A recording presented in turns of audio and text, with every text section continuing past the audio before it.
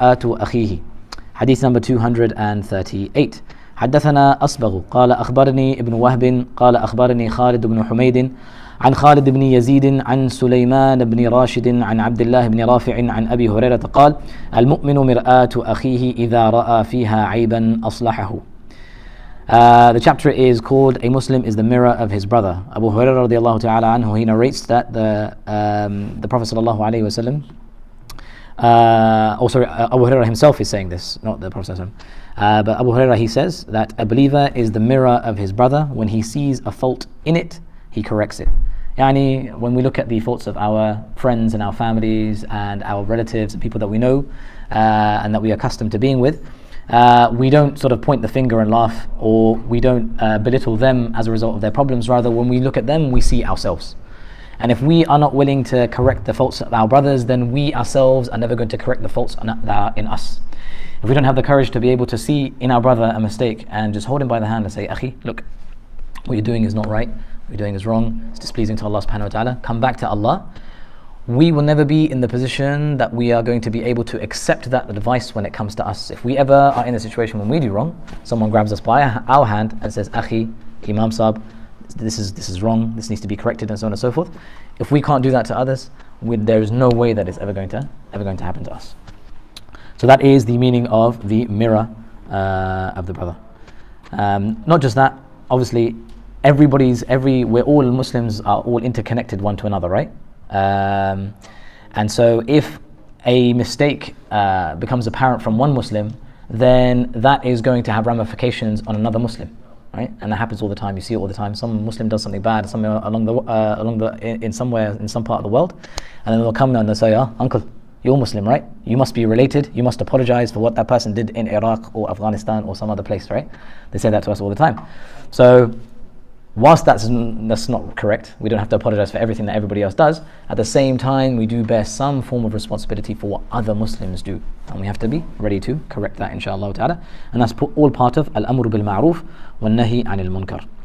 The next hadith, 239. حدثنا إبراهيم ابن حمزة قال حدثنا ابن أبي حازم عن كثير ابن زيد عن الوليد ابن رباح عن أبي هريرة عن النبي صلى الله عليه وسلم قال المؤمن مرآة أخيه والمؤمن أخو المؤمن يكف عليه ضيعته ويحوطه من ورائه. Abu Hurairah, he narrates that the Prophet sallallahu alaihi wasallam, this one is from the Prophet sallallahu alaihi wasallam himself, the believer is the mirror of his brother.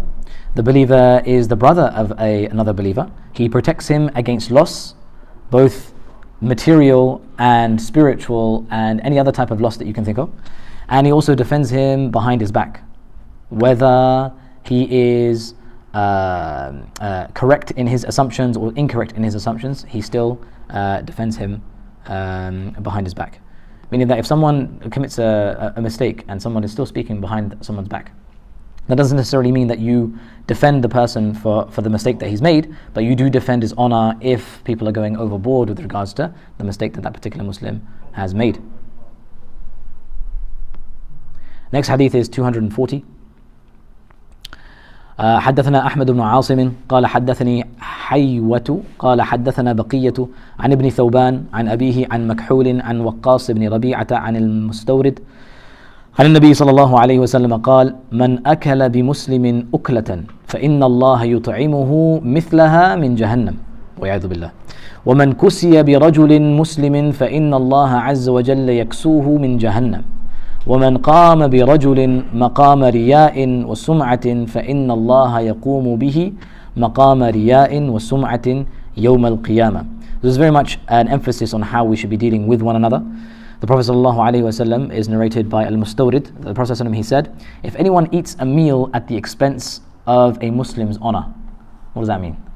Someone eats something at the expense of a Muslim's honor. Meaning that if you acquire something of the dunya, some form of wealth, some sort of position, somewhere in some company or whatever, like a favor you get from any politician or whatever, right? Whatever situation it is. If you receive something of the dunya at the expense of a Muslim's honor, Allah will feed him a like amount of Jahannam, aka a like amount of the fire of hell. And what that means is that if you were to bring a Muslim down in order to get a one-up with regards to your career, right? if you were to slander someone in order just to bring them down so that you can further yourself, if you testify in court and lie, and that is at the expense of a Muslim, then you will be eating everything that you gain from that dunya that you have earned will be something that you are eating from the fire of hell. Right? Very severe, the Prophet ﷺ is warning us here of. And if anyone clothes himself with a garment at the expense of a Muslim's honor, Allah Mighty and Majestic is He, will clothe him with the like amount of Jahannam. Again, similar thing. You eat, you clothe, all of that with the wealth that you earn. So if you are earning something at the expense of another Muslim, especially his honor, then Jahannam is for you. If anyone achieves a position of vaunting and hypocrisy at the expense of a Muslim's honor, Allah will put him in a position of vaunting and hypocrisy on the day of rising. Vaunting is a English word. It's like a bit of a posh word for when someone becomes famous, right? When you have rapport and regard and status in society, that's vaunting. When you get that, and as a result of that vaunting, you look down on others. Next chapter is Babu man la yajuzu min al-la'ibi wal muzah. What type of playing and joking is not permitted? So we like to laugh and joke and play with one another and have a good time. What part of that? There's loads of things that we can do. What part of it is not permitted? Now remember that whatever is not permitted, everything else is permitted. So it's all good. The Prophet ﷺ, he says in hadith number 241, حدثنا عاصم بن علي قال حدثنا ابن أبي ذئب عن عبد الله ابن السائب عن أبيه عن جده قال سمعت رسول الله صلى الله عليه وسلم يعني يقول لا يأخذ أحدكم متاع صاحبه لاعبا ولا جادا فإذا أخذ أحدكم عصا صاحبه فليردها إليه. So Yazid ibn Sa'id, he said that I heard the Prophet ﷺ say, none of you should take the goods of his companion either in jest or seriously. When one of you takes his companion's staff, he should return it to him. Yani that you shouldn't take the property of anybody else as a joke or in all earnestness. If you do end up taking the property of anybody, you always have to return it. So all those practical jokers that you see that are taking things from people and it's like, oh no, I've lost my car, where's my car? And then you find it later on. Those types of jokes are impermissible.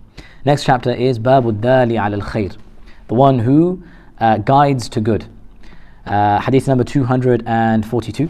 حدثنا محمد بن كثير قال أخبرنا سفيان عن الأعمش عن أبي عمرو الشيباني عن أبي مسعود الأنصاري قال جاء رجل إلى النبي صلى الله عليه وسلم فقال إني أبدع بي فاحملني قال لا أجد ولكن ائتي فلانا فلعله أن يحملك فأتاه فحمله فأتى النبي صلى الله عليه وسلم فأخبره فقال من دل على خير فله مثل أجر فاعله. Abu Mas'ud al-Ansari radiyallahu ta'ala anhu, he said that a man came to the Prophet sallallahu alaihi wasallam. He said, my camel has become exhausted, so give me something that I can put my stuff on that mount and I can make my way. He said, I don't have anything, but go to so and so and perhaps he will give you one. So he told him to go to another person in order to get some sort of replacement for his vehicle.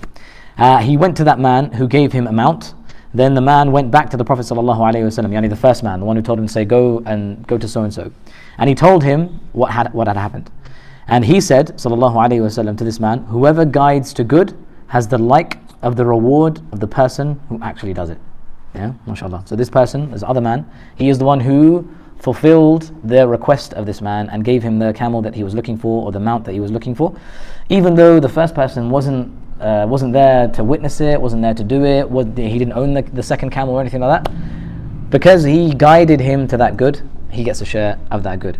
Which obviously comes to us that inshallah we should be encouraging each other to do as much good as possible, wherever possible and however possible. Not because we want to show off or anything like that, but because inshallah we will also have a share in the good that people do. So there's nothing that you can lose with regards to encouraging others. Some people get shy, some people get a little bit embarrassed, don't want to put anybody out, and maybe if I encourage him to do this, he might feel a little bit unnerved or perturbed by it. But we shouldn't feel that way. We should encourage everybody as much as possible, for our own sakes first and foremost, very selfish motivation, but nonetheless something that is rewardable inshaAllah ta'ala. That also means I always say this in Ramadan, right? So every time Ramadan comes, right, you got a bunch of people outside and they're all guiding people to come in to pray and stuff like that, and to read their tarawih. And it's not always a fun job, right? Because sometimes you get people who are coming late and they're very upset and like, brother, let me in and move out the way, and they don't understand why the hall gets filled up with hundreds of people even though they come like really late, right? Same thing in Jummah as well. The brothers are really upset, they come, let me in. So it's hard on the brothers who are outside, like facing that. So one of the hadiths I always tell them is this very one, like, look, you're guiding them to good. Everybody, the hundreds of people that are coming in, and the thousands of people that come in here every night, you're getting a share of their salawat and their du'as. And Anas, see you smiling there. He's been one of the volunteers as well, mashallah, on the receiving end. Okay, next chapter, hadith. Babu al-afwi was-safhi an-nas. Excusing and pardoning, forgiving others for the wrongs and the vices that they do to you. حديث number 243. حدثنا عبد الله بن عبد الوهاب قال حدثنا خالد بن الحارث قال حدثنا شعبة عن هشام بن زيد عن أنس أن يهودية أتت النبي صلى الله عليه وسلم بشاة مسمومة فأكل منها فجيء بها فقيل ألا نقتلها قال لا قال فما زلت أعرفها في لهوات رسول الله صلى الله عليه وسلم. This is a bit of a sad hadith, one that gets me quite upset as well sometimes. When I read it, Anas radiallahu anhu reports that the Prophet sallallahu alaihi wasallam, a Jewish woman came to the Prophet sallallahu alaihi wasallam and brought a poisoned sheep. We all know this story. So he ate from its leg. And he was poisoned as a result. Then she was summoned, and someone asked, should we kill her? Obviously she was summoned for questioning, what did you do, where did you get it from, who gave you it, who poisoned it, so on and so forth. Someone asked, should we kill her? And so the Prophet sallallahu alaihi wasallam said, no. Allah, Ya Rasulullah, what mercy, subhanallah, someone's poisoned, not even said anything bad or done anything bad, poisoned. Nowadays if someone says a bad word to us, we're punching them in the face, but here the Rasulullah sallallahu alaihi wasallam is being poisoned, and obviously this came from Khaybar, the poisoned ram or sheep, and she was just the person who was bringing it, not necessarily the one who was looking to poison the Prophet sallallahu alaihi wasallam. So Anas, he goes on to say, this is an extension of the hadith, that Anas, he said that I continued to recognize the effect of the poison in the uvula, so this part here of the mouth, and the uvula of the Messenger sallallahu alaihi wasallam. So there was still like some sort of swelling, some sort of mark of the poison that remained even up until the death of the Prophet sallallahu alaihi wasallam. حديث number 244. حدثنا محمد بن سلام قال حدثنا أبو معاوية قال حدثنا هشام عن وهب بن كيسان قال سمعت عبد الله بن الزبير يقول على المنبر خذ العفو وأمر بالعرف وأعرض عن الجاهلين قال والله ما أمر بها أن تؤخذ إلا من أخلاق الناس والله لآخذنها منهم ما صحبتهم. Abdullah ibn Zubayr said on the minbar, and Abdullah ibn Zubayr obviously is the son of Zubayr ibn Awam, and he was he was on the minbar at one point. This may have been at his khilafah, I'm not too sure when, but he recited the ayah, make allowances for people, خذ العفو, command what is right, وأمر بالعرف, and turn away from the ignorant, وأعرض عن الجاهلين. So Abdullah ibn Zubayr continued, by Allah we are commanded by this ayah, so he's saying in his khutbah, by Allah we are commanded by this ayah to hold to forgiveness, for forgiveness is the right conduct of human beings. By Allah I will follow it as long as I am with them, as long as I'm with people. That's what he means. SubhanAllah. I might use that line in Friday's khutbah, inshallah. So yeah, highlighting and reinforcing forgiveness and being forbearing with one another. Hadith number 245, and I think we'll stop with this one inshallah. حدثنا محمد بن سلام قال أخبرنا محمد بن فضيل ابن غزوان عن ليث عن طاووس عن ابن عباس قال قال رسول الله صلى الله عليه وسلم علموا ويسروا ولا تعسروا وإذا غضب أحدكم فليسكت. Abdullah ibn Abbas, he reports that the Messenger sallallahu alaihi wasallam, he said, teach people good, teach people what is beneficial for them and what's going to be beneficial for them in the dunya as well as in the akhirah. Make things easy, don't make things difficult, don't give like dodgy fatawa, don't tell people things are haram when they're not actually haram, and so on and so forth. So don't make things difficult. When one of you is angry, he should be silent. That's a good bit of advice there, and that's one thing that we all need to be wary of with regards to our dealings with others. Very easy to get angry, very easy to sort of trip on other people's toes or step on other people's toes, and very easy to make them upset. Now when we kick off, we've kind of lost the fight against our nafs, right? Shaitan's won, our nafs is won, and we've kind of lost. The Prophet ﷺ, he also said in another hadith that the strong, ليس القوي شديد السرعة. The strong one isn't the one who is able to wrestle a person and pin him down to the ground, right? You know this hadith. إنما القوي من يملك نفسه عند الغضب. That the one who is truly strong is the one who's able to control himself when he gets angry, right? That's the truly strong one. So it doesn't matter how big your muscles are, how much you can lift when you go to the gym, right? How many people you're able to overcome, how good your grappling skills are in jiu-jitsu, how long you've trained in Muay Thai, and how many sessions you've taken. Doesn't matter. None of that stuff matters. What matters is when you are angry, can you control yourself? If you can't, then you're not considered from the strong ones, according to the Prophet ﷺ. And that is part of your sabr. Like, you have to have sabr. A Muslim has to be sabur, and sabr is half of a person's iman. If he doesn't have sabr, yani sabr with regards to that which he dislikes, sabr with regards to the ma'asi of Allah subhanahu wa ta'ala, sabr with regards to the ta'ah of Allah subhanahu wa ta'ala. So being obedient to Allah subhanahu wa ta'ala, you still need to be patient with, right? Because sometimes you can get bored, sometimes you don't want to continue, sometimes you just want to fulfill your desires, sometimes you want to do the haram, sometimes you want that car, but you know you have to take a haram loan and you've got to get it on finance, and you know that's not permissible, right? Astaghfirullah. Sometimes you want that big house, but you know you're going to have to take a mortgage out, and you know you're going to have to pay in riba, and you know the interest rates are going to skyrocket next year, right? And it's going to be like this big bubble, it's going to pop, and everyone's going to be like in a furore. What do you do in those situations? If you're not able to hold back on the haram, you have to have sabr, right? That means your sabr has failed if you can't hold back. But if you can hold back, that means you have sabr, right? So sabr is half of your iman. It's half of your iman.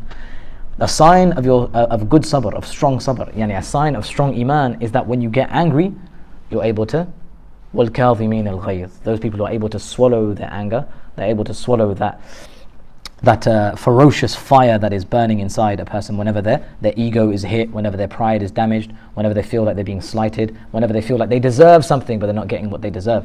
Whenever you're in that position and you're able to hold yourself, mashallah, you are on the prophetic path, the path of nubuwah.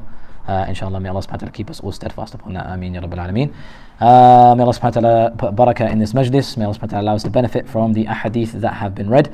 And may Allah subhanahu wa ta'ala allow us to follow in the footsteps of the Messenger sallallahu alayhi wa sallam, to abide by his sunnah and allow that to be a central point in our life.